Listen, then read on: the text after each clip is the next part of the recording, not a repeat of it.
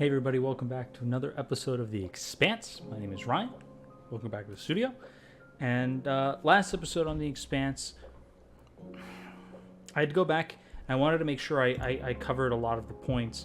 So essentially, when we had the Marco kind of showing the manipulation he does with Naomi, like how it wasn't even his plan to have her there, and Filip kind of acted on his own and brought her to the ship.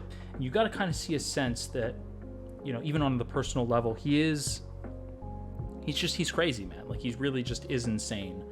It was kind of confirmed with that episode. And then the surprising part of Filip basically saved Naomi by getting her off of or not being on the Rossi, and then they had uploaded the same codes that Naomi and Marco had used to blow up the ship previously. I can't quite recall exactly what the ship's name was, but it was like the reason that Naomi left everything behind, the OPA and Marco and all of that, to get away, because it's dangerous to have this way of thinking. And we got to see that. We got to even see, if I can remember, and then Amos kind of breaking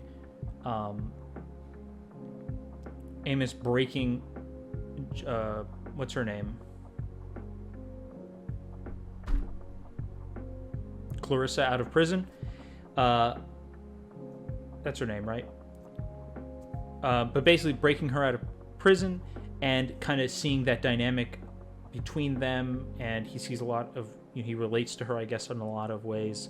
And the bomb had just hit, everything was wiped out, they had to go up this, shaft that he ends up getting out, seeing that the entire building is basically destroyed, and then ends up suplexing that one prisoner with the augments into an elevator shaft, which was insane.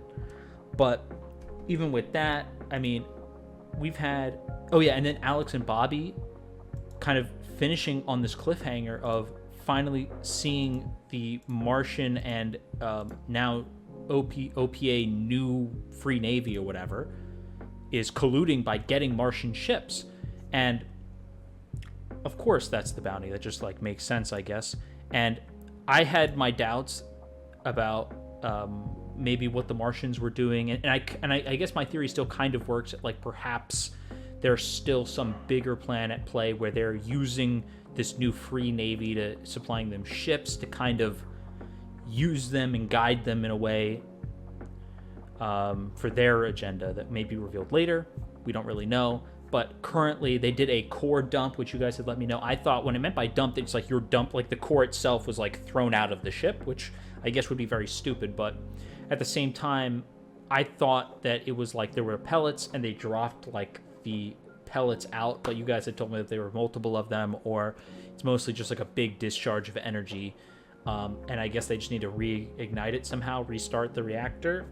Don't quite know.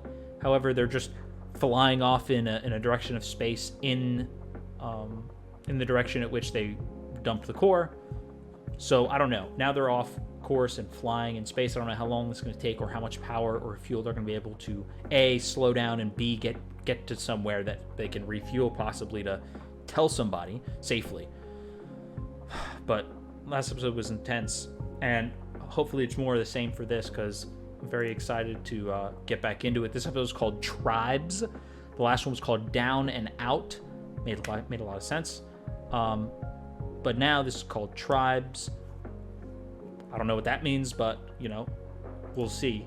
So, don't forget to like and subscribe if you guys are new here, or if you haven't already. And, if you guys are ready, I'm ready. I'll see you in the video. I'm David Pastor. I'm the new acting Secretary General. We were only able to beat back the attack because of you. I'd like you to join my provisional cabinet, please. Of course. All right, well, now Avasrala's back in the fray. But man, not knowing where Arjun is, she herself is, well, to use the word, fraying. There might be something at the aid station. There's police there. I don't want to go back to prison. I'm thinking our best bet's Baltimore. I know some people there. We could cut through the Conservancy zone. It's a long way. You up for that? I'll make it. I kind of like this duo. They had hinted at it before, but I really like kind of seeing Amos kind of having this, like, he's the one now leading. Isn't that weird, actually? Wait, that's actually really dope, now that I think about it. Wow, actually, wait a minute. That's, like, brilliant. Over the last 4 seasons, Amos has been following Naomi, then Holden, and he's, over time, slowly formed his own opinions about things, become his own, dependent on himself to make the decisions, and almost get a conscience of his own through shaping it with these for lack of a better term, familial figures, right? These parent figures, Naomi and Holden, where he's almost been this child where he's like, well, I don't have to think, I can just do. It's a lot easier and simpler that way to go through life when somebody else has the morals, as they had seen when he was making his flashbacks, he was back in Baltimore. And now he's the one who's leading. Wow, this is really cool. That's actually really sweet. And I bet you all may have been waiting for me to have this revelation, perhaps, but that's really sick. So, where should I stow this? No fucking way. You ever been in hygiene maneuvers before? Mm-hmm. On this ship.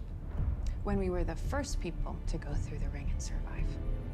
Fair. She was also launched out of the ship to try and save them, also.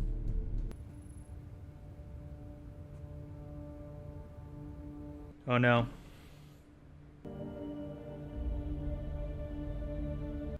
I don't know what that means. Maybe Holden's looking to go get her? Oh, Lord almighty. All right, 1, 2. In the intro, they're actually showing me how many hit. You guys told me that it was 3, and I definitely missed that.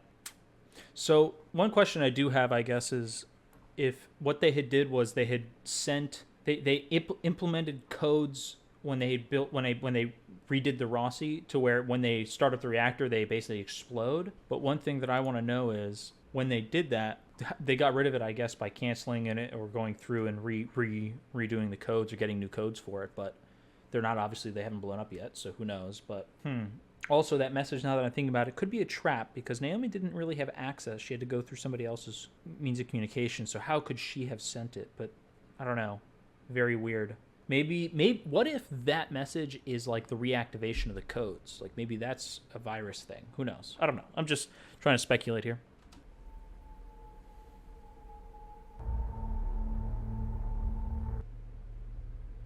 All right, who's that? OPA, guys.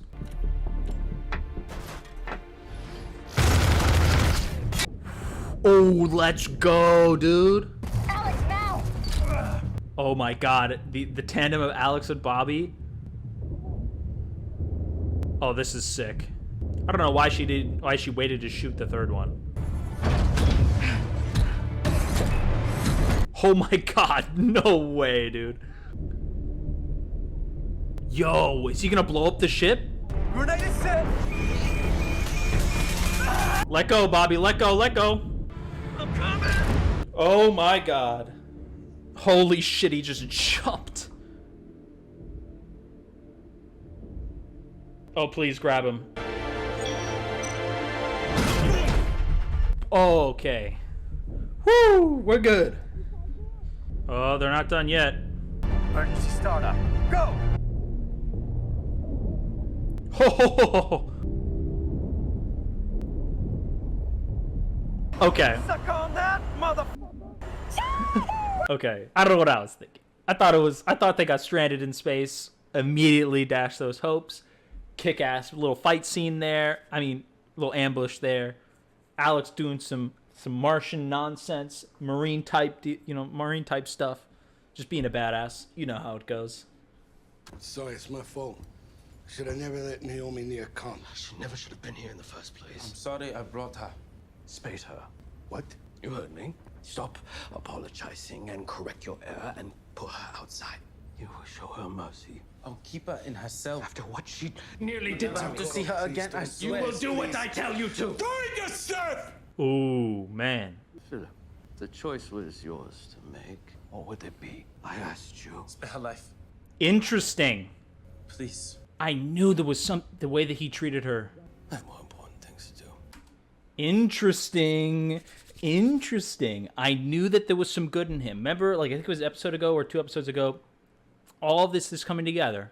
He's acting. He has some compassion in his heart for his mother, obviously, and he's not as cold-hearted as Marco. He's been shaped because of the environment, but he hasn't lost it all yet. He's still young enough. I knew it. I had my suspicions, but who knows? Still some time. I don't know. But that right there was interesting. Marco being challenged handled it. It was different than what I thought. I thought he'd be a little bit more ruthless, but he'll probably space or kill this guy later to make an example. Sorry. I know, you've said. I've never seen the two of you like that before. I thought you were going to come to blows. Wouldn't be the first time. Marco is not untouchable and invincible. That's what I thought. He loves He me, loves himself. but you don't know anything about him. I know he wouldn't die for you, but he would let you die for him. It's also interesting dynamic that Filip then went to Naomi to kind of lash out his anger at her, because it's okay because she's the enemy, but also it's interesting that he still holds that anger toward her leaving him and abandoning him, but he can't do it to Marco, right? He's saying, he's a visionary, he's done this, look at the vision, look at what we're doing, he's doing it better. But then he acknowledges, like, I've never seen that before, you talk to him like that. It's very, very interesting, and we're kind of seeing a little bit of the psyche of Filip here and the dynamic he has with his dad. We saw it in the last episode. I acknowledged it, very manipulative, and Naomi sees it. That's why she was left in the first place, and I think Filip, before the end, will see it. I think Filip will be a very key part in if Marco is caught or not. They've set it up that way. So I think it'll be very, very fitting. The way they've set it up, it's been subtle, and that's what I like.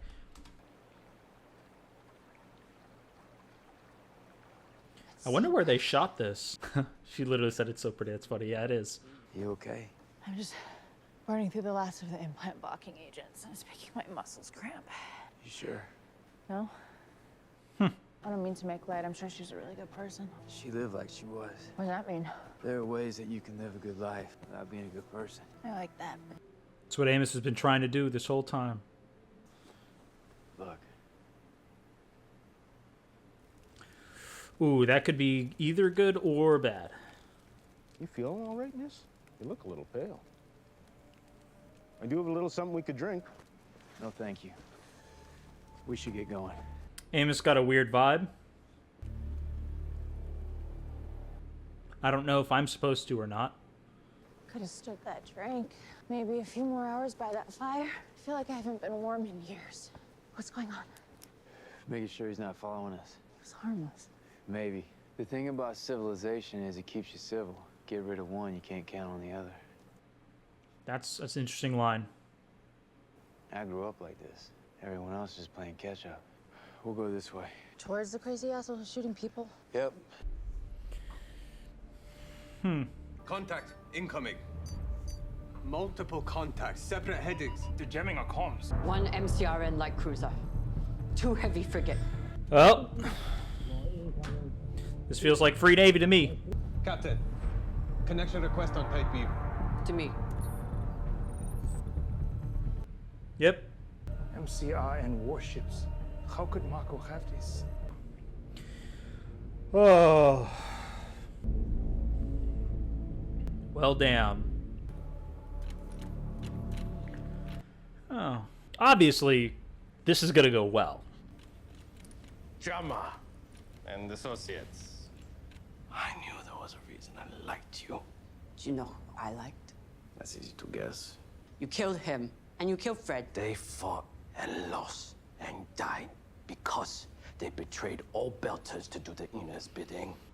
To be fair, though, Fred did not fight and lose. He was ambushed, and you shot him and killed him. So, I don't know about that perspective on things, but this is pretty typical of Marco. There will be thin years at first, but within a decade, the Belt will have the agricultural production levels of Earth and surpass it. Free of colonial control, we will have no limit. We were already at war. You just couldn't see it because they were killing us slow. It's so crazy, though, the idea that he's like, we're free from colonial rule, but then it's like, but you understand that, like, you'll just be ruling now, right? Like, And if you're all belters now because you're fighting someone else, but when they're out of the way, then it will be a new faction fighting the Free Navy. You know, it's just like, again, what happens when you win the fight? Like, what do you do? It's, I mean, you need guys like Marco to like win wars, and then you like really do not need them when you want to like make things peaceful and not war. It's really tough. He's got such a dangerous outlook on it that it's become who he is. He needs the fight. Desperate.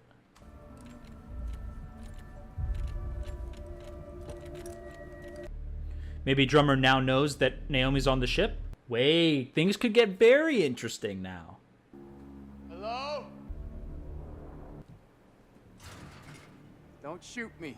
I heard you had rifles. And my son does too. What's it to you? I just need something to hunt food on my way up north. Stop where you are. Amos knows that the rifle in the window is just to scare people. He doesn't have a son with a weapon. That weapon hasn't been fired, even though it's pointed at him. He also jumped the fence because he knew and could tell that that guy didn't shoot. Interesting. Amos knows what's going on. You say you don't have any weapons? Stand where you are and strip down. Now, unless you think I got a pistol up my ass, we both can agree I'm unarmed.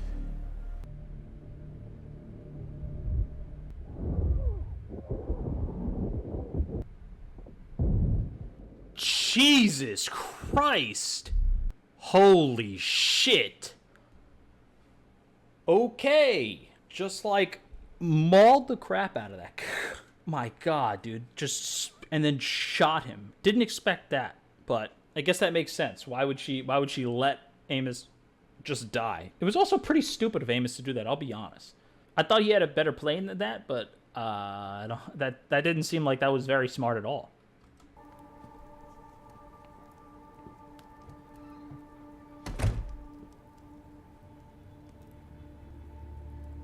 I knew it.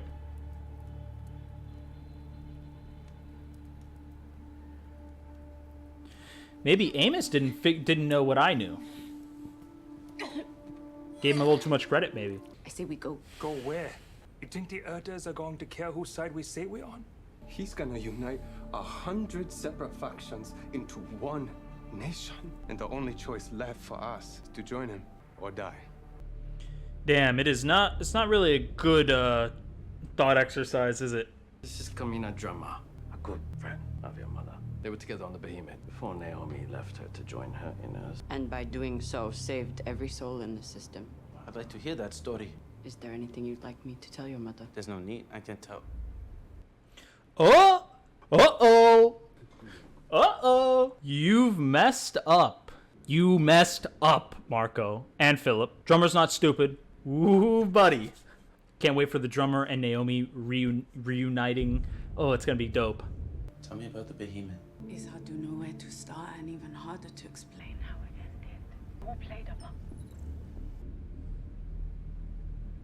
Marco is acting a little emotional. He's really going after the Rocinante, it looks like. Or maybe the Rocinante is coming after him. Try not to worry. I'm not gonna let anything hurt you. Thanks. I think she's the one who saved him.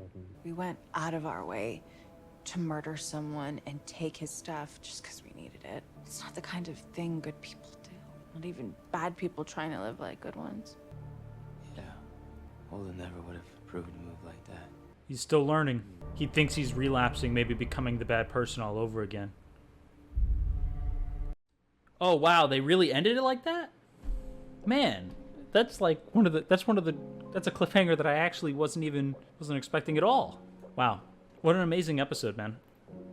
Still, the show can surprise me and be just as good in season 5, of course. I love the dynamic. I love that this was an Amos and Clarissa like focused episode, and we get to see that Amos is trying his hand at leading, right? After learning, if you will, learning how to be a good person from Naomi and Holden, he thought he could, he started having some thoughts of his own and disagreeing with the way that Holden was doing because it wasn't effective or things like that. And then kind of naturally we kind of split up and went our separate ways. And then Amos thought maybe he could, do some rights and do some good things, and that would make him better. But then I guess being in this, he's realizing that being with his family is what makes him a good person. Not this idea that he just has to ask somebody how they are, but like doing what he can and having somebody be there for him too is probably what he needs. Because it's hard. Like he's realizing it's difficult to know what's right and when to have, you know, make right decisions. And I also liked seeing Naomi and Filip kind of reconnecting, and I think that you can see even Marco is it's like they don't need it anymore. It's like they don't want the rage now when things have become accomplished and there's less of a need to do that. It's like, look, man, sometimes compassion and being a good person is actually what you need to heal, right? Just being, you know, when you bombard some place and the water's going to rush back into the hole, it doesn't fix anything. So I like seeing that Marco is being challenged a little bit by people now that Naomi's back in his life. It's so funny that for all the hate and she betrayed us and she's not one of us, and she's slowly at least getting, I think, inching a little bit closer in Filip, and hopefully that will do something. And now Drummer, I think, now knows that Naomi is with Filip, because she saw like, oh, that was weird that Filip was like, oh, don't worry, I can just ask her. I mean, thanks. You know, very interesting.